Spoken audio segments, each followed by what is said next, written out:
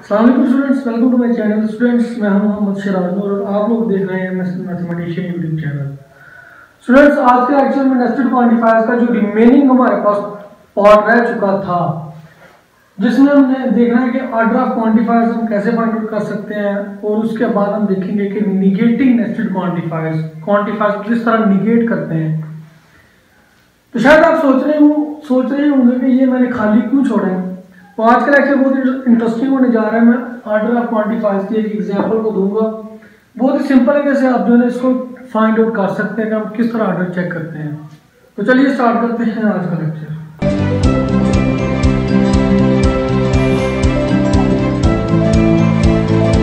Order of quantifier को समझने से पहले हमें एक पॉइंट नोट करना होगा, which is written as it is important to know that the order of quantifiers is important unless all the quantifiers are universal quantifiers or existential quantifiers। यानी कि हमारे पास हम ऑर्डर को फाइंड करना कब हमारे लिए इंपॉर्टेंट होगा, जब हमारे पास जो क्वांटिफायर है वो या तो यूनिवर्सल क्वांटिफायर होगा या फिर एग्जिस्टेंशियल क्वांटिफायर होगा। तो फिर हमारे लिए उसका ऑर्डर फाइंड आउट करना इंपॉर्टेंट है, फिर हम उसका ऑर्डर फाइंड आउट करेंगे। ये एक छोटा सा पॉइंट था जो मैंने आपको सबसे पहले बता दिया।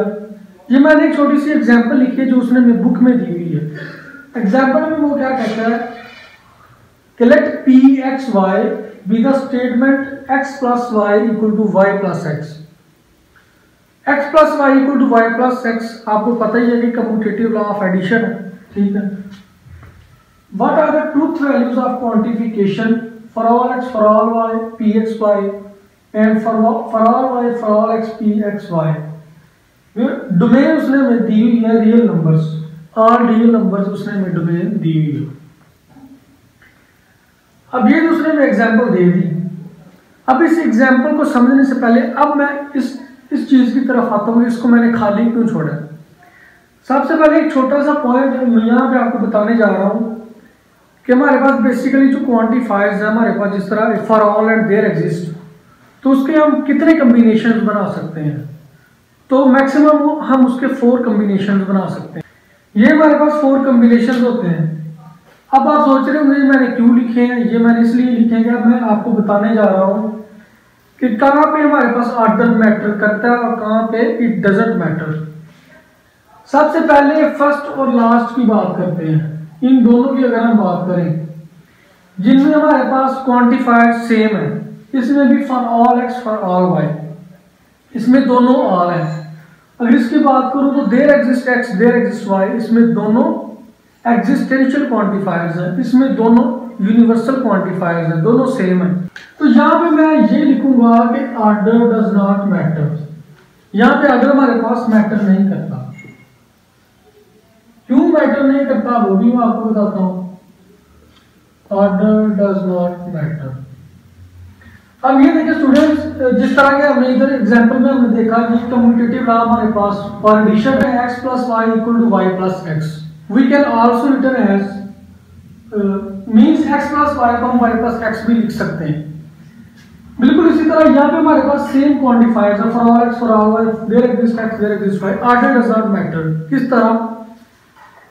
For all x for all y को हम इस तरह भी लिख सकते हैं, for all Y for all x, या फिर there exist x there exist y को हम इस तरह भी लिख सकते हैं कि there exist y there exist x. Order does not matter. लेकिन जब हम इन दो कॉम्बिनेशंस की बात करते हैं, इस ग्रुप की बात करते हैं, तो यहाँ पे ऑर्डर हमारे पास डज मैटर। यहाँ पे हमारे पास ऑर्डर मैटर करता है। ये देखिए यहाँ पे तो हमने we can write for all x for all y as for all y for all x, but we cannot write for all x there exists y as there exists y for all x. Same as we cannot write there exists y for all x into for all x there exists y. We cannot write because order does matter. तो ये जो 4 combination जो मैंने आपको बताए हैं, ये order के लिए हमें पता चल गया होगा कि कहाँ पे ऑर्डर मैटर करता है, कहाँ पे ऑर्डर डज नॉट मैटर। तो अब हम इस एग्जांपल की तरफ आते हैं कि ये उसने हमें कम्यूटेटिव लॉ ऑफ एडिशन दिया हुआ है। तो यहाँ पे हमारे पास फिर ऑर्डर मैटर नहीं करेगा। देखिए जी, for all x for all Y P x Y and for all X P x Y where domain for all variables consist of all real numbers.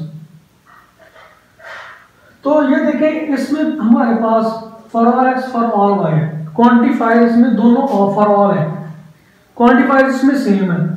अगर हम इसकी बात करें for all Y for all X, तो हम for all x for all y को इस तरह भी लिख सकते हैं, for all Y for all x, because order does not matter. तो इसी तरह उसने बताया कि x plus y can also be written as y plus x, order does not matter. अब देखिए यहाँ पे जो for all x for all Y P x y, ये जो हमारे पास प्रेपोजिशन है, ये क्या कह रही है कि for every real number x and for every real number y। Statement की अगर हम ट्रांसलेशन करते हैं, for every real number x and for every real number y। बिल्कुल इसी तरह अगर मैं इस स्टेटमेंट की, इस प्रोपोजिशन की ट्रांसलेट करता हूँ for all y for all x की, for every real number y and for every real number x। अब देखिए इन दोनों स्टेटमेंट्स का जो मीनिंग है वो सेम मीनिंग है, for every real number x for every real number y, और दूसरी तरफ for every real number y for every real number x। तो सेम मीनिंग है इनका, यानी कि x plus y equal to y plus x, order does not matter, ठीक है। लेकिन अगर मैं इस चीज की बात करता हूं कि जिस तरह ये हमारे पास for all X and there exist Y, for all X there exist Y, अगर इस चीज की बात करता हूं, वो कहता है कि for all real numbers of x, for all real number x there exist a y. लेकिन अगर मैं इस चीज की बात करता हूं कि there exist Y for all x, यानी कि there exist some real number y for all real numbers x। अब ये देखें कि इन दोनों में डिफरेंस है, इनका मीनिंग सेम नहीं है, क्योंकि यहाँ पे order does matter. We can not write for all X there exist Y to there exist Y for all X, इनको हम इंटरचेंज नहीं कर सकते। इसी तरह there exist Y for all X को for all X there exist Y नहीं लिख सकते, क्योंकि यहाँ पे ऑर्डर मैटर करता है। तो ये हमारे पास छोटी सी एग्जांपल थी। तो ये हमारे पास ऑर्डर ऑफ क्वांटिफायर्स है, किस तरह हम इसका ऑर्डर देखते हैं, किस तरह ऑर्डर इसका फाइंड आउट करते हैं।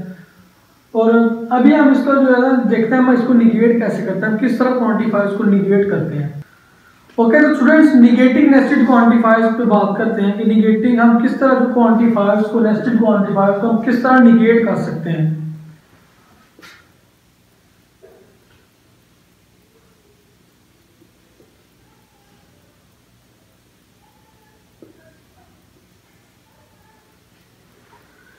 डी मॉर्गन्स लॉ पे बात करते हैं। डी मॉर्गन्स लॉ मैंने इसलिए लिखा है कि डी मॉर्गन्स लॉ हम देखते हैं कि हमें क्या बताता है निगेटिंग नेस्टेड क्वांटिफायर से रिलेटेड। तो डी मॉर्गन्स लॉ को पहले समझना होगा निगेटिंग नेस्टेड क्वांटिफायर्स को समझने से पहले। देखिए डी मॉर्गन्स लॉ ये कहता है कि जब हम निगेट करते हैं, जब हम इनसाइडली निगेशन का जो हमारे पास सिंबल होता है, जब हम उसको इनसाइडली मूव करते हैं, तो जो हमारे पास दो नेस्टेड क्वांटिफायर्स हैं, एक हमारे पास फॉर ऑल है और एक हमारे पास देयर एग्जिस्ट है, ये दो हमारे पास क्वांटिफायर्स हैं। जब हम निगेशन को इनसाइडली मूव करेंगे तो फॉर ऑल हमारे पास जो है देयर एग्जिस्ट में चेंज हो जाएगा, इसी तरह देयर एग्जिस्ट हमारे पास फॉर ऑल में चेंज हो जाएगा। इसकी मैं अभी आपको एक एग्जांपल देता हूं, बल्कि मैं आपको दो एग्जांपल्स देता हूं। सबसे पहले मेरे पास एग्जांपल है जी for all X P of X. अब इस चीज को मैंने निगेट करना है, इसको मैं किस तरह निगेट करूंगा, डी मॉर्गन लॉ को यूज करते हुए। इसको मैं निगेट कुछ इस तरह से करूंगा कि ये देखें जी, negation for all X P of X, ये किससे इक्विवेलेंट होगा, इस निगेशन को मैं इनसाइडली मूव करूंगा तो ये निगेशन फिर यहां पे आ जाएगा। तो जब इनसाइडली मैंने मूव किया तो ये जो फॉर ऑल है ये फॉर ऑल देयर एग्जिस्ट में चेंज हो जाएगा, यानी कि फॉर ऑल एक्स की जगह पे देयर एग्जिस्ट एक्स आ जाएगा, देयर एग्जिस्ट एक्स।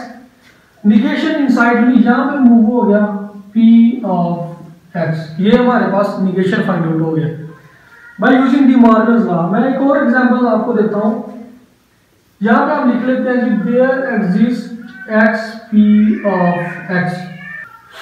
अब इससे भी हमें सेम रूल अप्लाई करना है, इसका भी हमारे पास negation there exist X P of X is equivalent to negation insidely move होगी, यहाँ पे आ जाएगा देयर एग्जिस्ट हमारे पास फॉर ऑल में चेंज हो जाएगा, for all X negation P of X. ये दो छोटी सी एग्जांपल्स मैंने आपको दे दी हैं कि किस तरह डी मॉर्गन लॉ को हमने यूज करते हुए इनका निगेशन फाइंड आउट कर लिया। अब हम एक और जो उसने बुक में हम एग्जांपल दी हुई है उसको हम यहाँ पे सॉल्व करके चेक करते हैं कि हम किस तरह निगेशन फाइंड आउट कर सकते हैं। तो चलेंगे स्टूडेंट, इसका हम निगेशन फाइंड आउट करना स्टार्ट करते हैं। सबसे पहले ये देखेंगे हमारे पास negation for all X there exist Y X Y equal to 1, ये किस चीज के इक्विवेलेंट होगा? ये निगेशन हमारे पास यहाँ पे इनसाइडली मूव हो जाएगा, तो ये for all there exist X में there exist X negation there exist Y X Y equal to 1, तो ये चीज हमारे पास बन जाएगी। अब नेक्स्ट पे हम क्या करेंगे जी, अब इस निगेशन को मजीद यहाँ पे इनसाइडली मूव कर देंगे, तो ये जो हमारे पास देयर एग्जिस्ट वाई है ये फॉर ऑल वाई में चेंज हो जाएगा। ये देखेंगे there exist x for all y और निगेशन इनसाइडली मूव हो जाएगा एक्स वाई इक्वल टू 1, ठीक है, ये चीज इसके इक्विवेलेंट आ जाएगी। अब देखें जी, अब हमारा हमने क्या करना है जी, आप इस यहाँ पे negation x Y equal to 1 है, तो हम इस तरह कर सकते हैं x Y does not equal to 1, negation को रिमूव करके x Y does not equal to 1 negate कर रहा है इसको, तो ये चीज फिर किसके इक्विवेलेंट होगी? ये देखेंगे there exist x for all Y, negation की वजह से यहाँ पे आ जाएगा जी X Y does not equal to 1, तो ये हमने निगेशन फाइंड आउट कर लिया। This is how we negate nested quantifiers. ये हमारे पास फाइनल आंसर आ चुका है।